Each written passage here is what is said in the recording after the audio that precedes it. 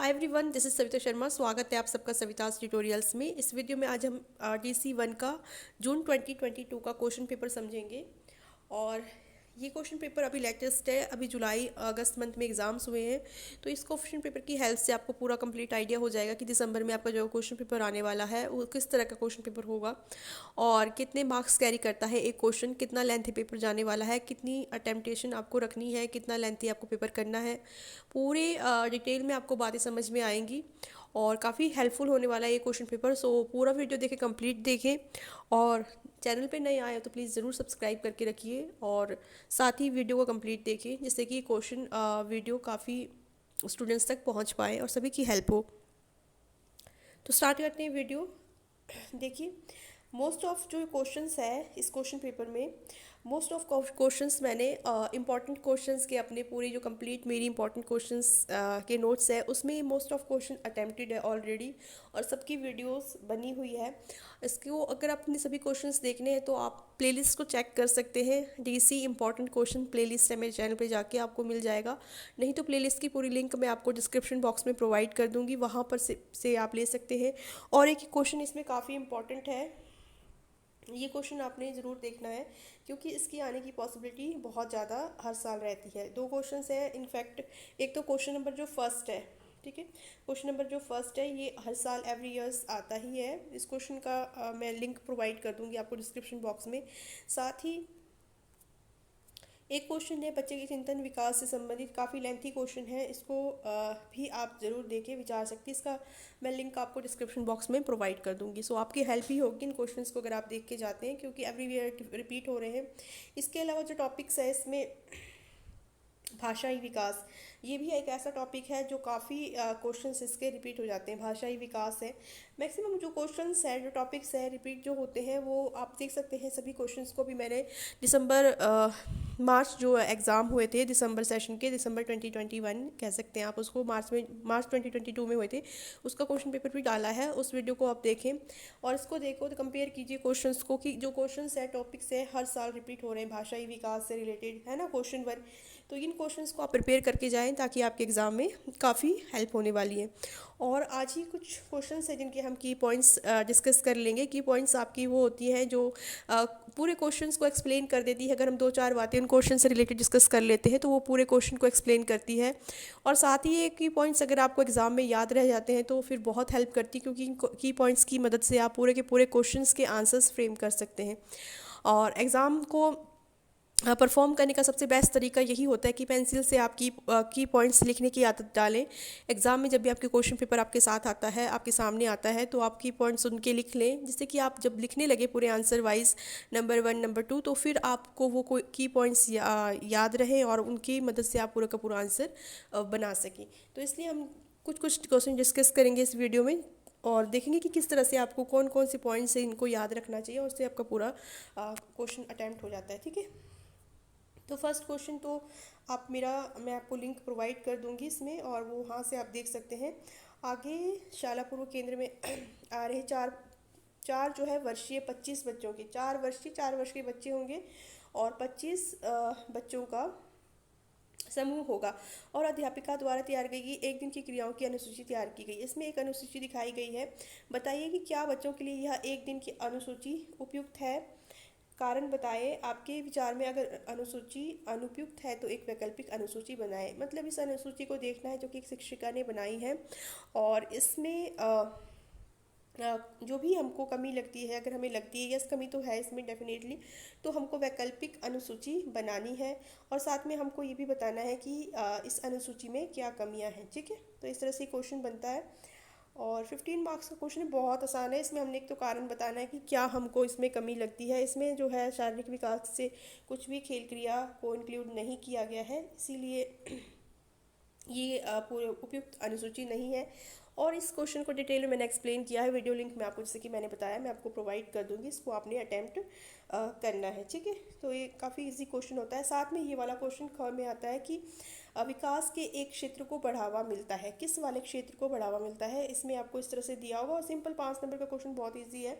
इसमें आपने विकास का क्षेत्र बताना है सिर्फ यहाँ पर, ठीक है।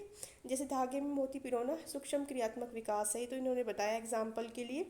अब समूह में बारी बाहरी खेल खेलना, बाहरी खेल से आपको पता है शारीरिक विकास होता है, तो यहाँ शारीरिक विकास लिख सकते हैं। और पेंटिंग करने से कौन सा विकास आ रहा है, जिक्शा प्रणाली का से कौन सा विकास हो रहा है, चिड़ियाघर का दौरा, ठीक है। जिक्सा प्रणाली का आप बच्चों को सिखाएंगे तो कौन सा विकास हो रहा है, इसमें होगा आपका संज्ञात्मक विकास। और ठीक है, पेंटिंग कर रहा है बच्चा तो क्रियात्मक सूक्ष्म क्रियात्मक विकास भी हो रहा है, इसमें संज्ञात्मक विकास भी हो रहा है। चिड़ियाघर का दौरा भ्रमण करना, ये आपका सामाजिक विकास को बढ़ावा देता है। और भूमिका अभिनय अगेन सामाजिक विकास इससे बढ़ता है, ठीक है। तो इस तरह से आप इसमें बिल्कुल इजीली इसको अटेम्प्ट कर सकते हैं। 5 नंबर। साथ में उचित, ये वाला क्वेश्चन भी काफ़ी इंपॉर्टेंट है और इसको आप डेफिनेटली समझ के जाइएगा। इसका लिंक मैं डिस्क्रिप्शन बॉक्स में आपको बता दूंगी। इसमें जो है 2 साल तक के बच्चों के चिंतन विकास को समझाना है। चिंतन विकास या फिर जो है संज्ञात जो कि आप कह सकते हैं संवेदी क्रियात्मक विकास।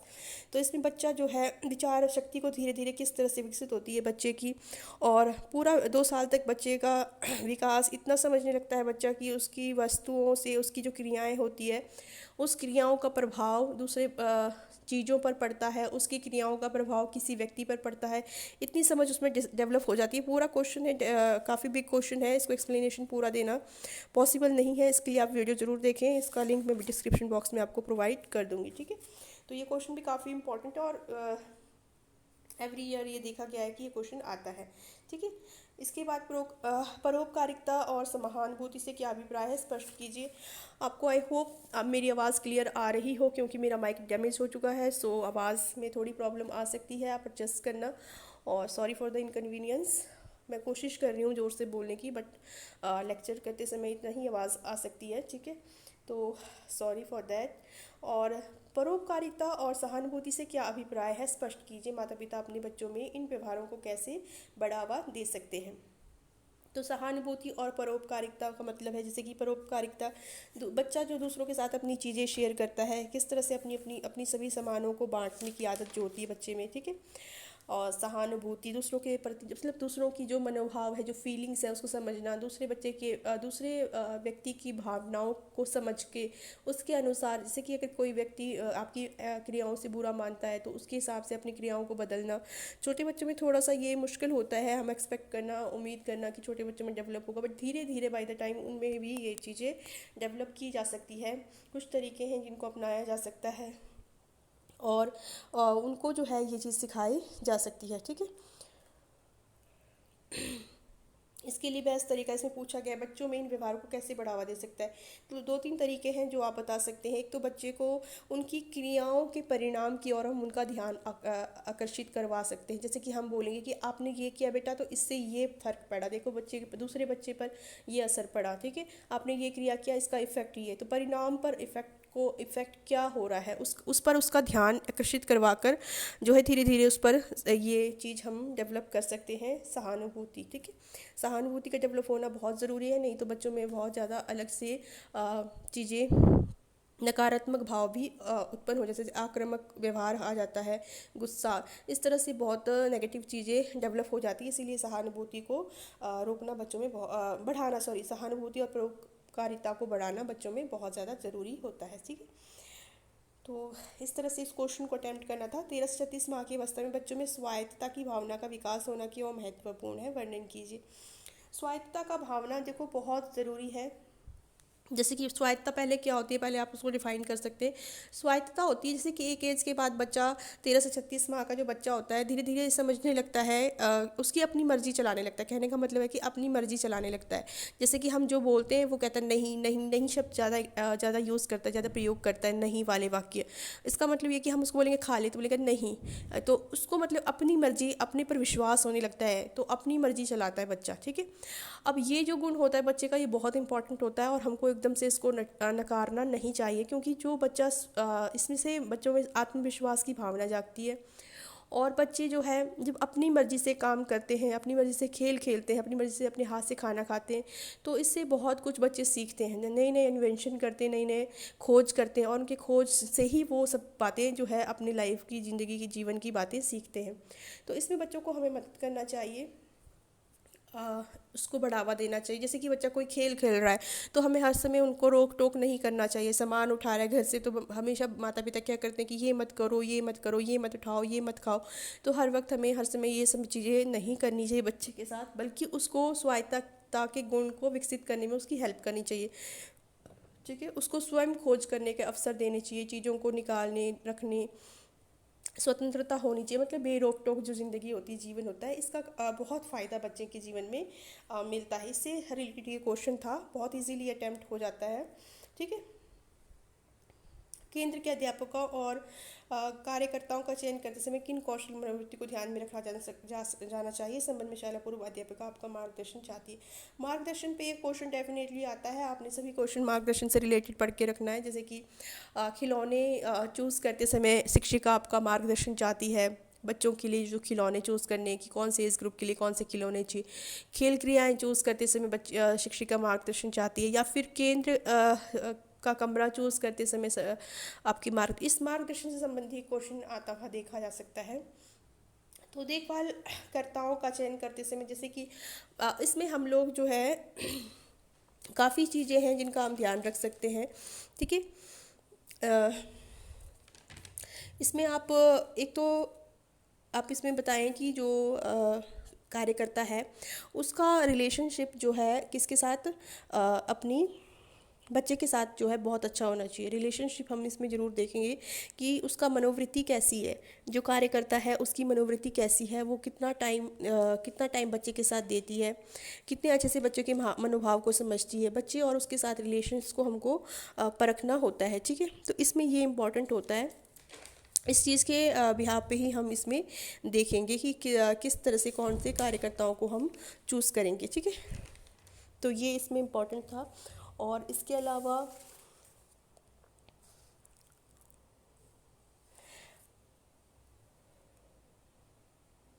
जैसे मदों की सूची बना के रखेंगे हम, मदों की सूची, जैसे कि येस नो वाले एक हम ऑप्शंस, बहुत सारे क्वेश्चंस लिख के रखेंगे कार्यकर्ता से रिलेटेड। और उसमें हम येस, जैसे कि कार्यकर्ता के गुणों को देखते जाएंगे, जहाँ पर अच्छे गुण होंगे वहाँ येस और नो क्रॉस का निशान लगाते जाएंगे। इस तरह से हम उनकी जो है इसमें मदद कर सकते हैं मदों की सूची से। तो एक तो ये हो गया। अब शिशुओं की खेल क्रियाओं का चयन करते समय आप जिन 5 पहलुओं को ध्यान में रखेंगे उनका वर्णन कीजिए। खेल सामग्रियों का चयन करते समय बहुत इजी क्वेश्चन है, 5 मार्क्स का ये। इसमें तो बच्चे का ये है कि बच्चे के एज ग्रुप के हिसाब से खेल सामग्रियाँ हो। ठीक है, जो मतलब उम्र होती है बच्चे की उसके हिसाब से हो। सामग्रियाँ जो है बच्चों को चोट पहुंचाने वाली ना हो, बिल्कुल सॉफ्ट हो, मुलायम हो। इसके अलावा सामग्रियाँ बजट फ्रेंडली हो। बजट फ्रेंडली का मतलब होता है कि जैसे कि आपकी आय के हिसाब से हो, बहुत ज़्यादा महंगी ना हो, कम लागत की चीज़ें हो। इस तरह से बहुत सारी चीज़, और उसको बार बार यूज़ किया जा सके। ठीक है, बार बार प्रयोग में लाया जा सके, ऐसी सामग्रियाँ हमको चयन करनी चाहिए। ठीक है, इस तरह के क्वेश्चन बहुत इजी है ये। अब देखिए ये क्वेश्चन भी काफ़ी इंपॉर्टेंट है, ये खेल क्रिया आयोजित कर सकती है उसका वर्णन कीजिए। ठीक है,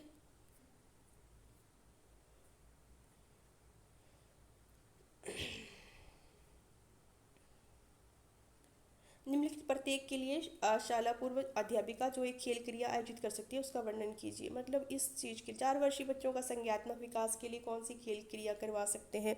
बहुत ईजी है। संज्ञात्मक विकास के लिए आप बच्चों को जैसे कि पेंटिंग करवा सकते हैं ना। संज्ञात्मक विकास के लिए बच्चों को आप जिक्सा प्रहेलिकाओं का प्रयोग करवा सकते हैं। उसमें अलग अलग खांचे बने होते हैं, बच्चों को उसमें लगाना होता है, सेम कलर के, सेम उसमें बहुत सारी क्रियाएं हैं। ठीक है, लकड़ी के गुटकों के साथ। तो संज्ञात्मक विकास के लिए हम इस खेल क्रिया को बच्चे के साथ आयोजित कर सकते हैं। 5 वर्षीय बच्चों की भाषाई विकास के लिए कविता पठन सबसे बेस्ट है। भाषाई विकास हो रहा है उससे, कुछ भी पठन करने के लिए, है ना। 2 वर्षीय बच्चों का सूक्ष्म क्रियात्मक विकास, 2 वर्ष के बच्चे सूक्ष्म क्रियात्मक विकास कर सकते हैं डिफ्रेंशिएट करके, विभेदीकरण करके, है ना। सूक्ष्म क्रियात्मक विकास, बहुत सारी छोटी छोटी चीज़ें आपने एक डब्बे में डाल देनी है और उनको अलग करने के लिए कहना है बच्चों को। या फिर मोतियों की माला बेस्ट है सूक्ष्म क्रियात्मक विकास के लिए खेल क्रिया। इस तरह से एक खेल क्रिया आपने बतानी है। 4 वर्षीय बच्चों की कल्पना शक्ति के लिए आप फैंटेसी के खेल में से कोई भी खेल चूज़ कर सकते हो, जैसे चोर पुलिस का खेल या फिर घर घर का खेल। इस तरह से कल्पना शक्ति का यूज़ करता है बच्चा इसमें। और अपेक्षित सामग्रियाँ भी बतानी है आपने उसमें, खेल क्रिया बताना, आपने थोड़ा सा एक्सप्लेन करना, उसमें सामग्रियाँ कौन कौन सी लगेगी वो भी आपने बताना है। इस तरह से आपने 4 खेल क्रियाएँ बतानी है। बहुत ईजी है ये। भाषाई विकास, जैसे कि मैंने आपको बताया कि 2 क्वेश्चन डेफिनेटली आ रहे हैं, एवरी ईयर देखे जा रहे हैं। भाषाई विकास काफ़ी इंपॉर्टेंट है। भाषाई विकास को आप ज़रूर प्रिपेयर करके जाएं, ठीक है। इस पर मैंने डिटेल वीडियो बनाया है भाषाई विकास से रिलेटेड, आपको मैं डिस्क्रिप्शन बॉक्स में इसका बता दूंगी आपको। तो डिस्क्रिप्शन बॉक्स से आप लिंक लेके इसको आप सॉल्व कर सकते हैं, देख सकते हैं। भाषाई विकास के लिए सबसे पहले तो भाषाई विकास को बढ़ावा कैसे दे सकते हैं? माता पिता उनसे कंटिन्यू बात कर सकते हैं, है ना, बातचीत करके, लोरियों के थ्रू, कहानियों के थ्रू बच्चों को कहानियाँ सुनाई जा सकती है, जिससे कि उन्हें नए नए वर्ड्स समझ आते हैं। बाहर ले जाके बच्चों को बाहर लेके घूमने लेके जाए, जहाँ भी माता जाए। 2 वर्ष तक के बच्चा जो है उसको अपने साथ में लेके जाए, चाहे गोदी में लेके जाए, बाहर हर एक चीज़ के बारे में बताए, पेड़ के बारे में, गाड़ी के बारे में। इस तरह से भाषाई विकास में उनकी मदद कर सकते हैं। अवस्थाएं, इस पर आपको डिटेल क्वेश्चन मिल जाएगा डिस्क्रिप्शन बॉक्स में, काफ़ी लंबा क्वेश्चन है, उसको आप यहाँ से अटैम्प्ट कर सकते हैं, ठीक है। इस तरह से बच्चों के विकास में खेल का महत्व, ये तो काफ़ी इंपॉर्टेंट है और काफ़ी इजी क्वेश्चन है। तो इसमें से 2 ही क्वेश्चन आपने अटैम्प्ट करने थे। बच्चों के विकास में खेल का महत्व, तो खेल का महत्व बहुत ज़्यादा है बच्चों के विकास के लिए। इससे बच्चों का भाषाई विकास होता है, खेल से शारीरिक विकास होता है, संज्ञात्मक विकास होता है, और कल्पनात्मक विकास होता है, रचनात्मक विकास होता है, सूक्ष्म क्रियात्मक विकास होता है। खेल बच्चों के लिए बहुत ज़्यादा आवश्यक है, ठीक है। और एक क्वेश्चन है माता पिता के व्यवहार शैली। तो ये माता पिता की व्यवहार शैली भी काफ़ी लॉन्ग क्वेश्चन जाता है। इसमें भी आपको डिटेल वीडियो ऑलरेडी है चैनल पे, मिल जाएंगे। माता पिता की जो व्यवहार शैली है वो 4 तरीकों की बताई गई है। एक तो माता पिता की स्नेहपूर्ण एवं दृढ़ व्यवहार होता है, जिसमें बच्चे को प्यार करते हैं और उनको कोई भी रोक टोक नहीं होती है, ठीक है। बट थोड़े से माता दृढ़ उसके होते हैं, ठीक है। अनुशासन होता है बच्चों का, बहुत अच्छी शैली है ये। उसके बाद माता पिता का सख्त व्यवहार होता है, जिसमें बच्चों को कुछ भी अपनी मर्जी से करने नहीं दिया जाता है। माता पिता बहुत सख्त होते हैं अपने कानूनों के प्रति। दूसरी व्यवहार शैली अनुज्ञात्मक व्यवहार शैली। इसमें वो शिथिल होते हैं, बच्चे जो भी कर रहे हैं ठीक है, नहीं कर रहे हैं तब भी ठीक है, शिथिल से रहते हैं बच्चे, माता पिता बच्चों के प्रति। और चौथी जो आपकी शैली होती है वो है अवहेलनापूर्ण व्यवहार शैली। तो अवहेलनापूर्ण व्यवहार शैली में जो है बच्चों को एक तरह से माता पिता नकार देते हैं, उनकी उपेक्षा करते हैं, उनमें कोई भी अभिरुचि नहीं दिखाते हैं, तो बच्चे इसमें जो है कुछ भी नहीं सीख पाते हैं, ठीक है।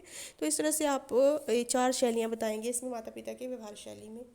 तो इस तरह से आप इन क्वेश्चंस को अटैम्प्ट कर सकते हैं। की पॉइंट्स आप ज़रूर लर्न रखें, जिससे कि आप पूरा क्वेश्चन पेपर अटैम्प्ट कर पाएँ। देखिए बहुत इजी क्वेश्चंस थे। इस तरह के क्वेश्चन पेपर आपको दिसंबर मंथ में आपके सामने होगा। So be prepare for questions and your exams.